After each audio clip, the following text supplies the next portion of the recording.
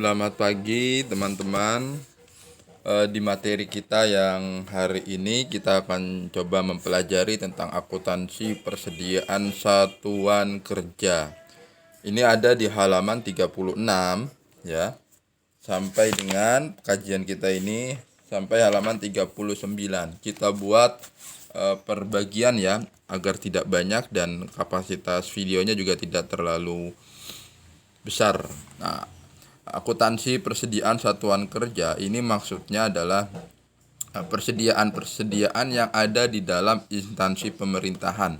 Persediaan-persediaan yang ada di dalam instansi pemerintahan. Nah, maksudnya persediaan-persediaan tersebut itu dihadirkan untuk mendukung kerja sehari-hari di instansi-instansi pemerintah. Misalkan di kecamatan. Kalau kita lihat di kecamatan itu apa aja yang bagian dari persediaan. Kan yang mudah kita lihat yang bagian dari persediaan itu kertas ya, kertas HPS itu bagian dari persediaan. Kemudian pulpen itu bagian dari persediaan, strapless ya. Kemudian apalagi itu? Ya yang hubungannya dengan kerja-kerja harian di pemerintahan, dan ini biasa banyak diperlukan di pelayanan. Nah, untuk akuntansi persediaan satuan kerja kita mengacu ke PSAP nomor 5 ya. PSAP nomor 5 ini ada penjelasannya bahwa persediaan ini merupakan aset lancar dalam bentuk barang atau perlengkapan dengan tujuan mendukung kegiatan operasional pemerintah dan sifatnya tidak untuk dijual. Nah, kategori aset lancar berarti ini jumlah kuantitasnya itu naik turun tuh dalam artian kalau naik itu ketika ada pembelian persediaan, turun itu kalau terjadi pemakaian persediaan yang cukup banyak. Dan persediaan di pemerintahan ini biasanya mengalami pembaharuan sebulan sekali, misalkan ya, sebulan sekali di stok persediaan apa aja yang habis. Nah, bedanya kalau di pemerintahan, persediaan yang dimaksud ini bukan dalam rangka mendapatkan laba atau dijual ya. Bukan dalam rangka mendapatkan laba. Nah, kalau persediaan barang di perusahaan dagang kan memang dimaksudkan untuk dijual kembali. Itu yang membedakannya. Kemudian yang tergolong persediaan di instansi pemerintahan itu ada 3 jenis: persediaan bahan habis pakai, persediaan bahan material, persediaan barang lainnya. Habis pakai berarti ini barang-barang yang manfaatnya ini jangka pendek ya. Manfaatnya jangka pendek. Disebut manfaat jangka pendek ini karena jumlahnya ini terbatas. Kertas HPS itu kan dibatasi oleh satu rim. Satu rim itu 500 lembar. Nah, 500 lembar itu bisa cepat habis kalau pemakaiannya dalam sehari, misalkan bisa lebih dari 100. Nah, kalau sehari lebih dari 100 berarti itu satu rim itu untuk 1 minggu kurang ya. Untuk 1 minggu kurang. Kemudian alat tulis, pulpen, kalau kita di sekolah spidol, dan di pemerintahan juga ada spidol ya, atau yang sejenis dengan itu. Kemudian persediaan bahan material. Nah, ini agak-agak menyerupai dengan peralatan ya. Agak-agak menyerupai dengan peralatan. Ini memang ada bedanya ya, persediaan yang material dengan peralatan. Ini dilihat dari harganya. Ya, dilihat dari harganya. Kalau misalkan persediaan bahan material yang kategorinya tidak habis pakai, kalau di kantoran itu strapless yang material ya.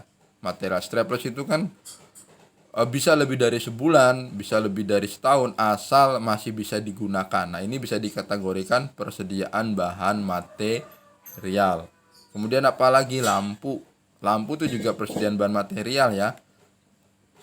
Lampu strapless itu kan harganya itu tidak sebesar laptop. Maka beda kalau laptop itu masuknya ke peralatan kantor dan di situ ada penyusutan. Nah, kalau persediaan bahan material tidak ada penyusutan. Kalau sudah hilang ya sudah, karena mengadakannya gampang, harganya itu murah ya, persediaan bahan yang material. Kemudian persediaan barang lainnya. Nah, ini hubungannya dengan kalau di instansi-instansi pemerintah daerah ya, persediaan barang lainnya dalam hal pemerintah memproduksi sendiri. Persediaan juga meliputi bahan yang digunakan dalam proses produksi seperti bahan baku pembuatan alat-alat pertanian. Nah, berarti ini yang hubungannya dengan agraria, pengolahan tanah, persediaan barang lainnya. Nah, kalau di Kota Bekasi apa ini persediaan barang lainnya? Ini agak lebih sulit kita mencari contohnya.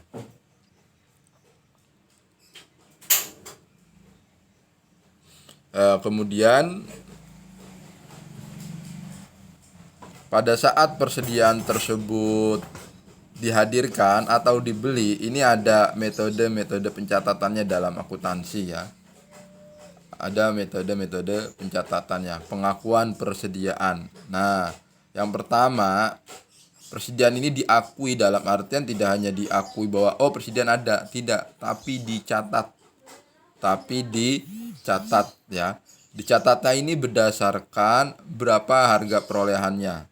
Nah, kalau kita lihat di halaman 37, persediaan diakui pada saat potensi manfaat ekonomi masa depan diperoleh pemerintah atau biaya yang dapat diukur dengan andal. Nah, berarti ini pada saat membeli persediaan, contoh persediaan bahan habis pakai, berapa biayanya dan ini manfaatnya untuk berapa lama. Nah, itu bisa dicatat. Misalkan ATK itu anggarannya 5 juta. Nah, maka 5 juta itu untuk 1 bulan.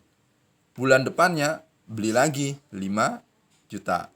Nah, potensi manfaat ekonomi masa depannya hanya sampai 1 bulan.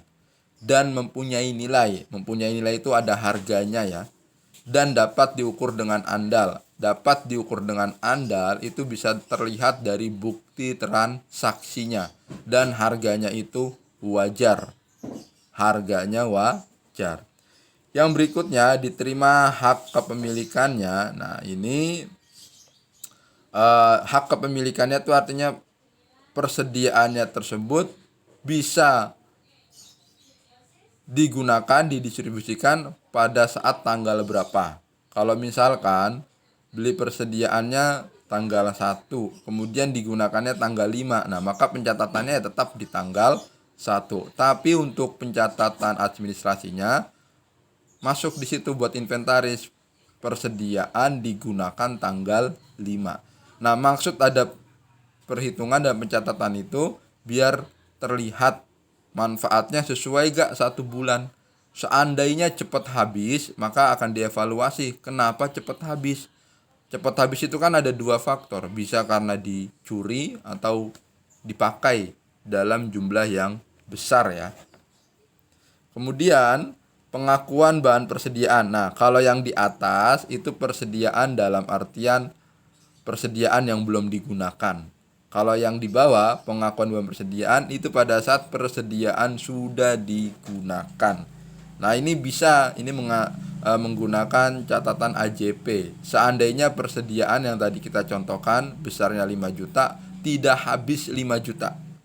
Tidak habis 5 juta. Tapi instansi pemerintah tersebut tiap bulan selalu menganggarkan adanya persediaan.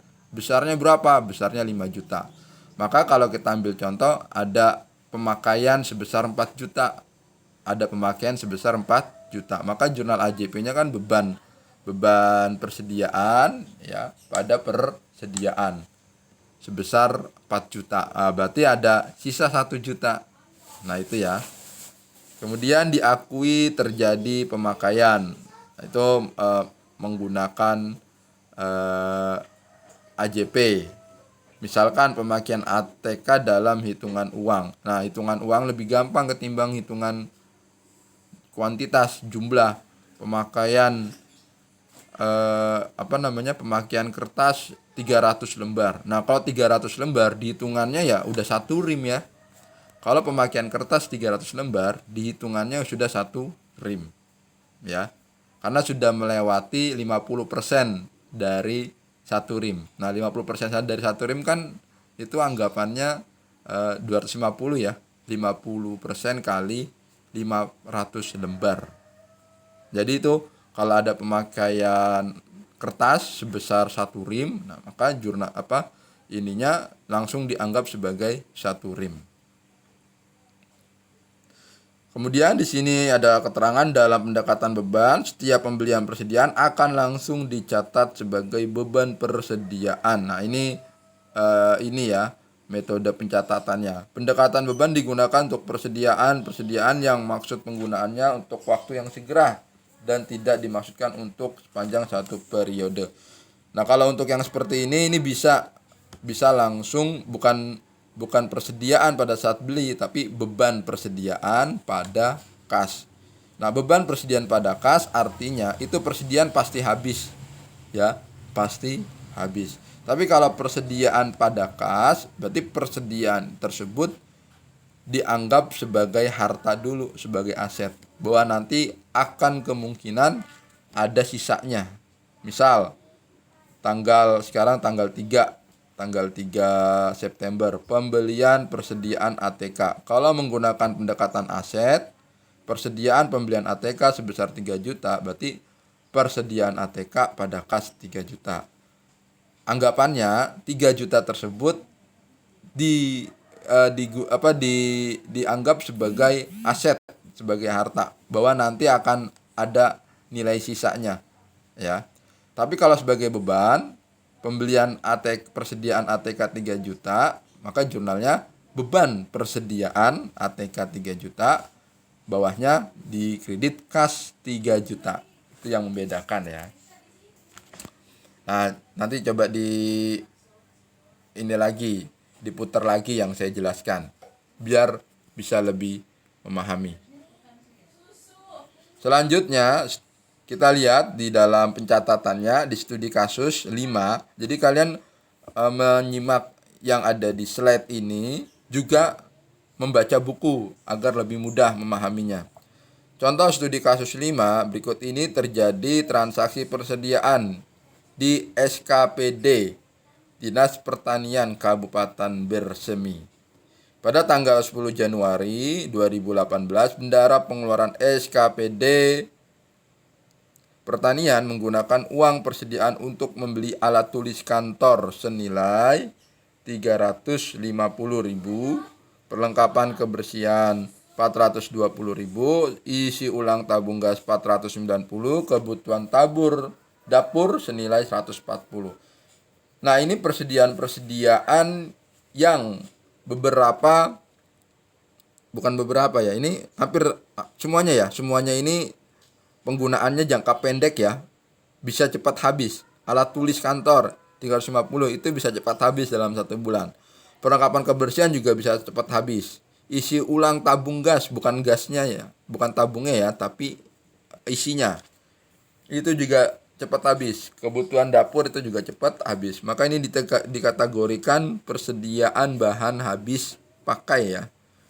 Persediaan bahan habis pakai. Nah, ini kalau di total ya, tanggal 10 350 ditambah 420 ditambah 490 ditambah 140, itu totalnya 1,4 juta. 1,4 juta. Nah, di sini ini pencatatannya ada 2, menggunakan beban dan aset. Menggunakan beban dan aset ini yang membedakan hanya di akun debitnya aja ya. Penamaan akun di debitnya. Nah, kalau menggunakan beban berarti beban bahan habis pakai 1,4. Tapi kalau di kreditnya sama, kas di bendahara pengeluaran.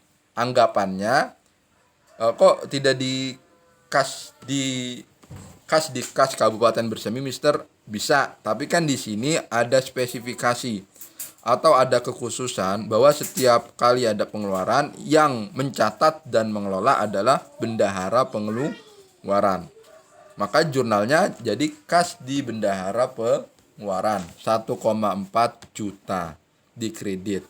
Nah, kalau yang asetnya bagaimana?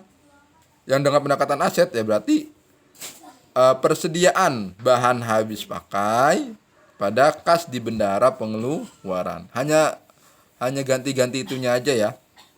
Jadi tidak terlalu sulit ininya.